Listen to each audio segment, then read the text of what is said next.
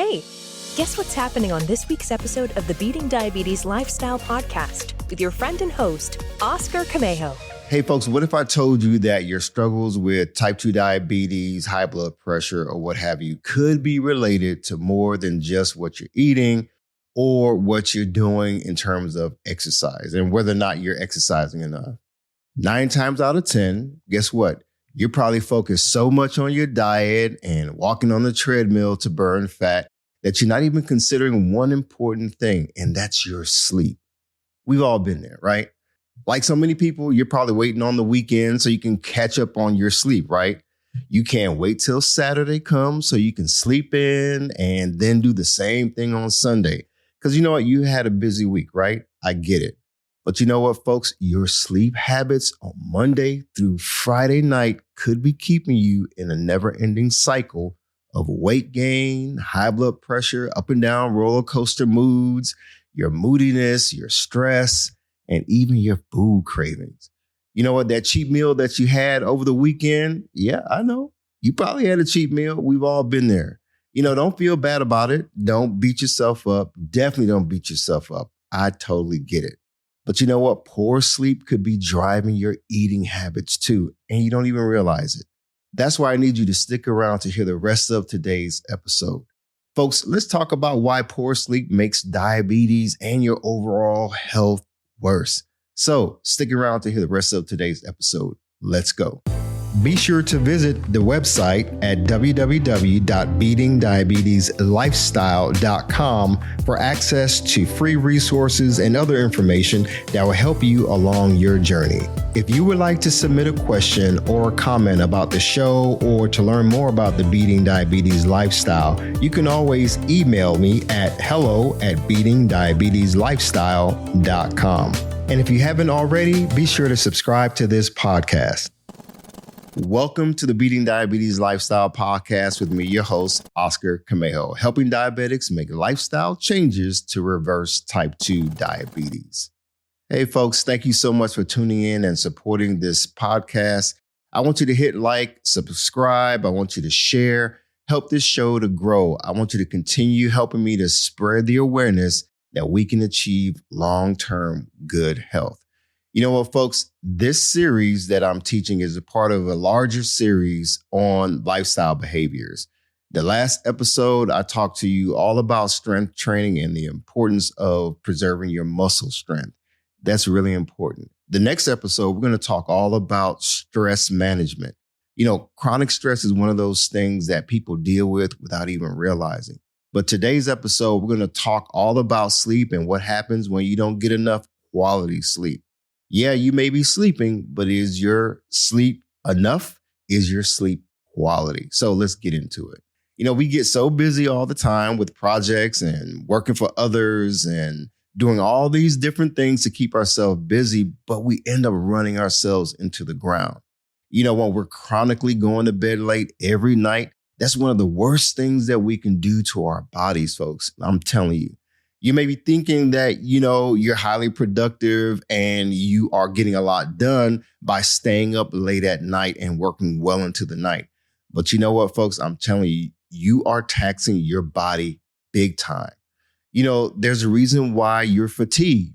There's a reason why you feel sluggish at work and always tired, and you're probably dealing with brain fog. I get it. If you're overweight and dealing with obesity, that feeling of being tired and exhausted all the time may not just be a weight problem. It may be the accumulation of what's called sleep debt. I don't know if you ever heard of sleep debt, but sleep debt is very real. So let me speak from the heart. You know, we live in a culture that celebrates being busy, working late, grinding well past midnight, squeezing every hour out of the day that you can. And I get it. I've done it myself. You know what? Let me tell you a personal story real quick. You know, going to bed at midnight, between midnight and 2 a.m., that was my thing a while ago. You know, I did it out of habit. I was editing videos or working on my photography business or working at work at home on my regular 9 to 5. You know, I was being productive, but I was wearing my body down. I was always tired, but I was functional. I was moody, but I was also irritable a lot. I was eating late at night. I was dealing with cravings. And you know what? Back then, man, I realized that I was doing my body harm. I didn't realize it though, but eventually something went wrong. Folks, I gained a lot of weight between 2015 and 2018. And to be honest, by 2018, I was diagnosed with prediabetes and I didn't take it seriously. So then fast forward to August 2020, that's when I was diagnosed with full-blown type 2 diabetes. Now, what's your story? You probably have a lot of responsibilities, a lot of projects, a lot of people depending on you. But here's the truth. When you're constantly and you're chronically going to bed late every single night, you're taxing your body in ways that you probably don't even realize. Now, folks, I need you to listen clearly. You think you're being productive. Yeah, but your body is probably paying the bill right now. There's a reason why you wake up exhausted every single morning. You're probably dealing with headaches and brain fog. There's a reason why you feel sluggish at work. There's a reason why you reach for the wrong foods in the afternoon and you're constantly snacking on stuff throughout the day. Now, if you're overweight or dealing with type 2 diabetes, obesity, high blood pressure, you're probably feeling tired all the time. That's not just a weight problem, folks. There's something else that could be going on. Your body's probably carrying a lot of sleep debt. I'm going to give you a little bit of research and let me read this to you for a moment. Studies show that even mild, consistent sleep restriction, like getting 6 hours instead of 7 or 8 hours, builds over time and starts working against your metabolism. That damage happens gradually, but it is real. Now, folks, I don't know about you. We can't ignore research. Research is very important. When you hear statistics like that, when you hear about only getting enough, what we call enough sleep, and you realize that it's actually not enough, that's a big deal and we have to really pay attention. Sleep is an active part of your diabetes management. It has to be. Whether you're dealing with type 2 diabetes, prediabetes, high blood pressure, high cholesterol, this can affect you. So here's what I want you to understand today. Sleep is not just about getting rest. Sleep is when your body does its maintenance work. During sleep, that's when your body starts to repair tissue. It balances your hormones. It resets your hunger signals. And we're going to talk about hunger signals in a little bit. And most importantly for us, it is when our bodies start working to restore our ability to process sugar properly. Especially if you're dealing with prediabetes and you want to lower your blood sugar, or if you're dealing with type 2 diabetes. You know what, folks? I want you to think of it this way. If you have a phone that you never give a chance to fully recharge, you know what happens? Over time, it's going to start malfunctioning. The battery is going to drain faster. Your apps start to freeze. I know you're probably dealing with that right now. Things just stop working the way that they should. Our bodies, they work the same way. So you know what? Experts in the field of sleep are now calling sleep an active metabolic therapy. Basically, it's used for therapy. It's not just about getting rest. That means sleep is not passive, folks. It's not optional. It is something that our bodies need to manage blood sugar, just like diet and movement. Okay, so let me break down what's actually going on in your body when you skimp on sleep. I'm going to keep it real simple, but I need you to understand this. Most of us know or probably know what insulin resistance is. But just in case, here's a short version. I have episodes where I kind of go more in depth on this topic. But your body uses a hormone called insulin. Our bodies naturally make insulin. Now, that insulin is designed to help your body move blood sugar out of your bloodstream and into your cells, where it gets used for energy. So when you are insulin resistant, your cells stop responding to that signal. The sugar stays in your bloodstream and your blood sugar stays high. So you know how when you wake up in the morning and you check your blood sugar and it seems like your blood sugar is still high? Well, it could be because of your sleep. And that's why we need to get into why sleep is really important to managing your blood sugar levels. So you get into a situation where your hormones actually end up turning against you. When you don't get enough sleep, your body produces more of a stress hormone called cortisol. Man, I've been learning so much about this, so stick with me. Cortisol tells your liver to release more sugar into your blood, but at the same time, it blocks your muscles and fat cells from absorbing that sugar. So your blood sugar goes up and your insulin has to work even harder to do its job. You know, your pancreas is that organ that produces insulin naturally. Now, when you've heard of insulin, you're probably just thinking about injection. But I want you to think about something real quick. I have some research that I want to share with you. So the research shows that just one night of partial sleep deprivation can cause immeasurable insulin resistance in both the liver and muscle tissue, with roughly 25%, a 25% drop in glucose disposal, basically your body getting rid of the glucose in your blood system. And this is in healthy adults. So yeah, your body is supposed to dump that blood sugar out and move it into your cells. But what happens is your hunger hormones end up getting hijacked. So when things start getting worse and you're dealing with sleep deprivation, sleep loss actually throws off two hormones, folks, that control your hunger. One of those hormones is called ghrelin. You can do some more research on this topic on your own. But check this out. This is that hormone that tells you to go ahead and eat. That tells you when you're hungry. But when you are sleep deprived, that ghrelin goes up. Basically, you feel hungrier. The other hormone is called leptin. That is the hormone that tells you that you're full and you don't have to eat anymore.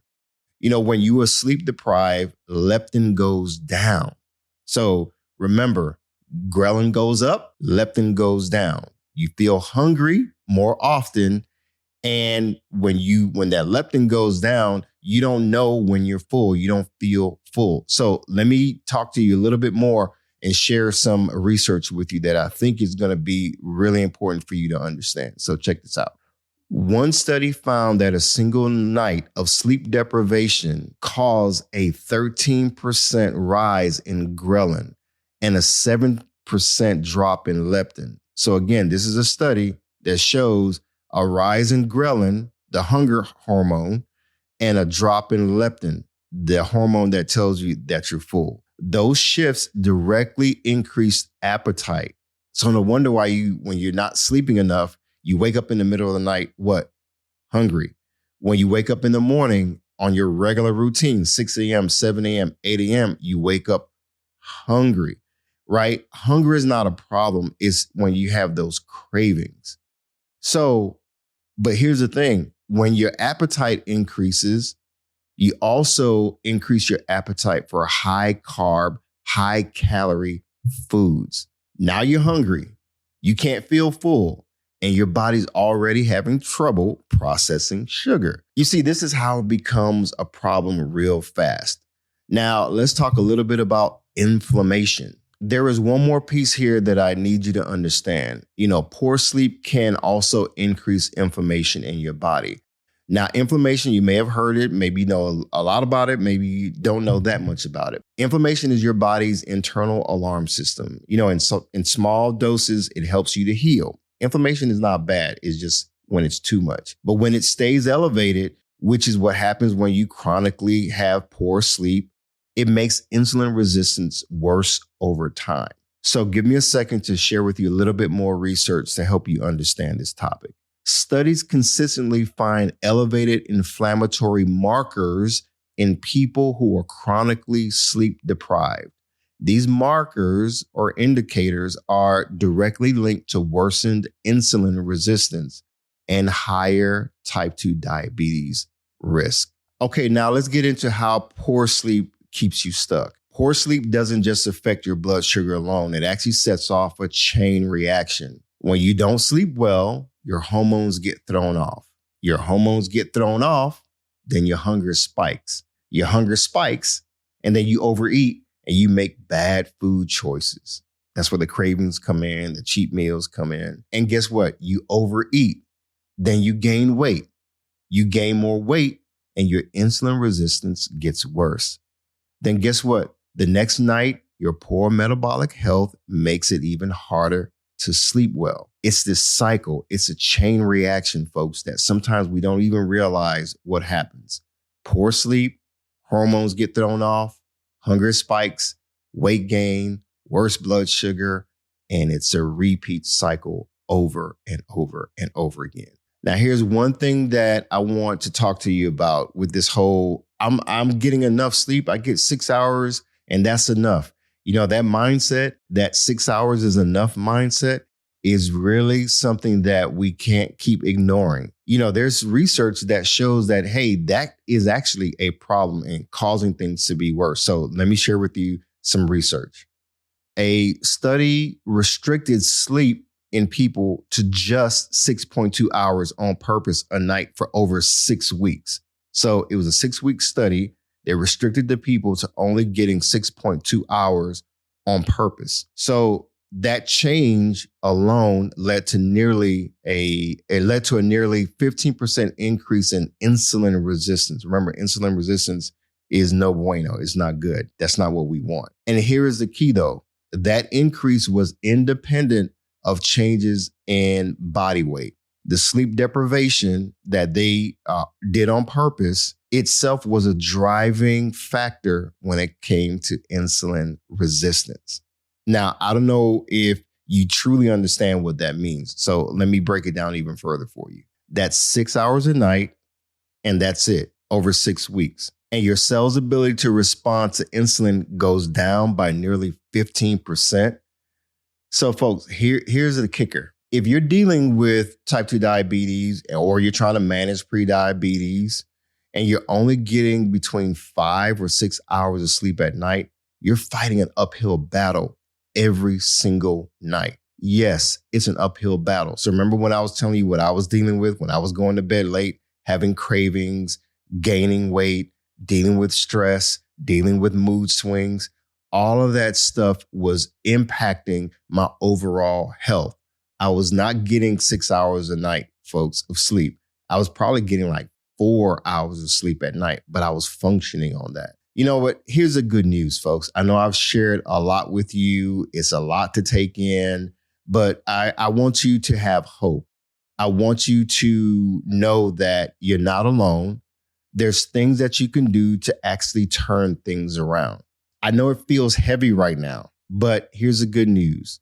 And I want you to clearly understand where I'm coming from. Your body is resilient. You know, yes, there's some research that shows what happens when you don't get enough sleep, but what happens when you actually increase your sleep, when you actually do this intentionally. You know, yes, your metabolism is going to be affected when you don't get enough sleep, but what happens when you start sleeping better and your body starts responding better? You're going to start feeling better. You're going to start experiencing some good results, some wins. So let me share with you a little bit of research. On the flip side, we talked a lot about what happens when you don't get enough sleep. So now let's talk about what happens when you increase your quality of sleep, not just how many hours you're sleeping, but quality sleep. So check this out. Several controlled studies found that a few nights of recovery sleep can at least partially reverse insulin resistance caused by sleep restriction. The body responds relatively quickly when given the chance. And we're not just talking about short-term recovery. What happens actually when you are doing this consistently, not just short-term, not just one night of getting 7 to 8 hours of sleep? What happens when you are doing this long-term? So there's a study of 125 people with obesity and short sleep. It found that home sleep extension, basically extending how much you're sleeping at home, over 81 days was associated with improved insulin resistance and a reduction in abnormal fasting glucose and metabolic syndrome markers. So what does all that mean? So here we go. 81 days, that is less than about 3 months of consistently sleeping better. You're talking about not something short term, not just one night of getting better sleep. Sleep is now being considered a core lifestyle tool for a lot of people who are trying to manage type 2 diabetes or reverse type 2 diabetes and even managing pre-diabetes. That may be you. Yes, we don't want to forget diet. We don't want to forget movement and moving better.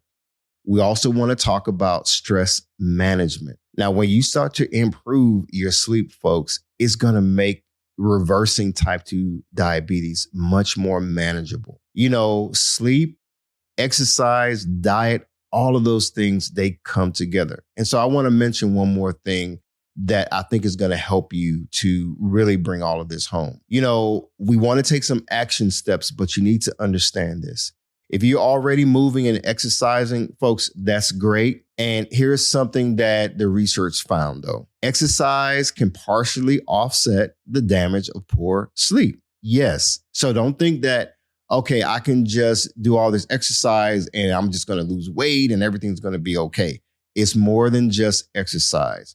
People who are sleep deprived but keep exercising, they still experience insulin resistance in many cases.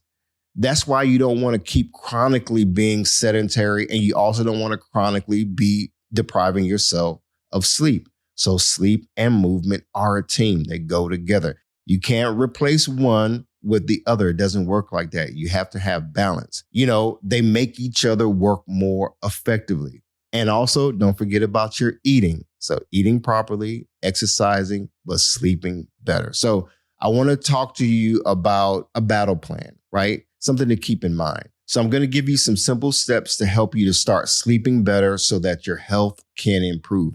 Because folks, that's what it's all about. Our health depends on it. All right, let's talk all about what you can actually do starting tonight. All right, step 1, target 7 to 8 hours, not 5, not 6 hours of sleep. 7 to 8 hours. I know it can be tough, but the research is real clear, folks. Managing blood sugar needs a minimum of 7 hours of consistent sleep every night. So that's the floor. That's the bottom. That's the minimum. That's not necessarily the goal. Again, that's just the floor. So step number 2, keep a consistent schedule. Consistency wins the day. Yep. Same bedtime, same wake up time every single day. I know it can be hard.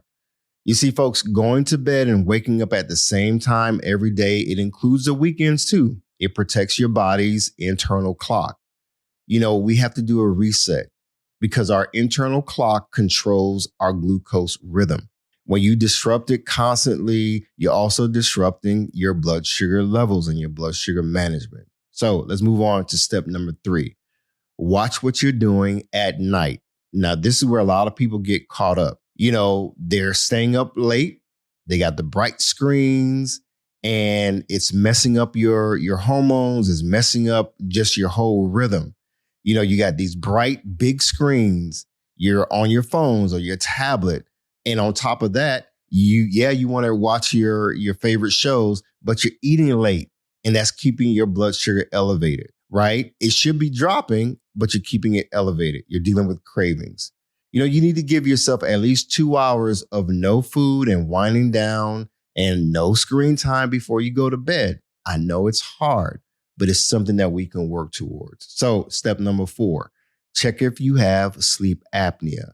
A lot of people may not realize it, but this is where they get into trouble not realizing that, hey, I'm dealing with some sleep apnea. Maybe that's why it's hard for me to get to sleep and have good quality sleep. This one matters a lot because a lot of people don't know they even have it. Sleep apnea is when you stop breathing briefly while you sleep, and then it independently worsens your blood sugar control over time. There's some research that shows that it is common with people with type 2 diabetes. If you snore heavily, you wake up with a headache, or you feel exhausted no matter how long you slept. If that's you, I need you to talk with your doctor and try to find out if you're experiencing sleep apnea. Maybe you already know and you're already working through all of that. So that's cool. All right, step number 5. I need you to treat sleep like it's non-negotiable. Sleep is not a luxury. It's a part of your treatment plan. It's not indulgence. It's not a reward for when you accomplish your to-do list. No, sleep is a core part of improving your health, especially if you have diabetes. Listen, folks, I protect my schedule. Yes, I'm getting older. I'm in my 50s. I'm 53 at the time of this recording. And you know what? My schedule is important to me. I make sure that I get to bed early throughout the week because it's going to continue to help me to improve my health. You should do the same thing. Now, listen, if you're having issues, There are certain sleep apps that'll help you to sleep better. Some people take some melatonin. Now, I don't recommend that you just focus on taking supplements without changing your actual habits. And it's always important to check with your doctor, your physician, to know what things you need to do to improve your sleep, to also improve your health. Now, listen, folks, I need to be straightforward with you. We all go through issues. We all have challenges when it comes to stress and stress management. But here's the one thing I want you to take away from today's episode. You can be doing everything else right. You could be eating better, changing your habits. You could be moving more, exercising more.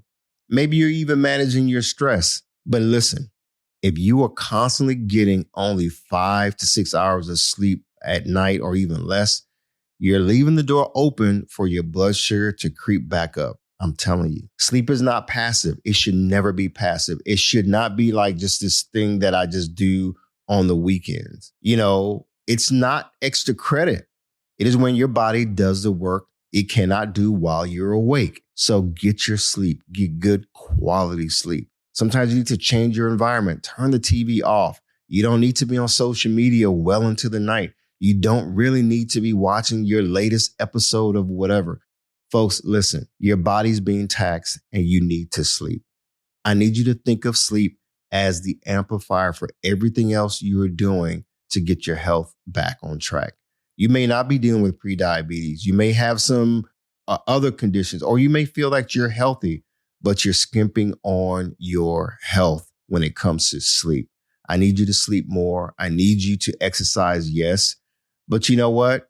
Sleep needs to be a priority. You want your blood sugar to come down. Yes, sleep more, sleep better. So yes, your body wants to heal. Your body is designed to heal. You have to give it the opportunity to do just that. Give it the time, give it the rest, and let your body do what it's designed to do. You know what, folks? Coming up next in the next episode, we're going to talk about stress management and the effects of stress on our body. All of this ties directly into everything we talked about today. Stress and sleep have a relationship. And once you understand that relationship, you can start understanding how lifestyle habits all get connected. So I don't want you to miss next week's episode. For now, definitely go check out some of my other episodes. I want you to get a full picture of how all this works together, folks, because you know what? There are certain things that we may be doing that we're not really paying attention to. I thank you so much for spending time with me today.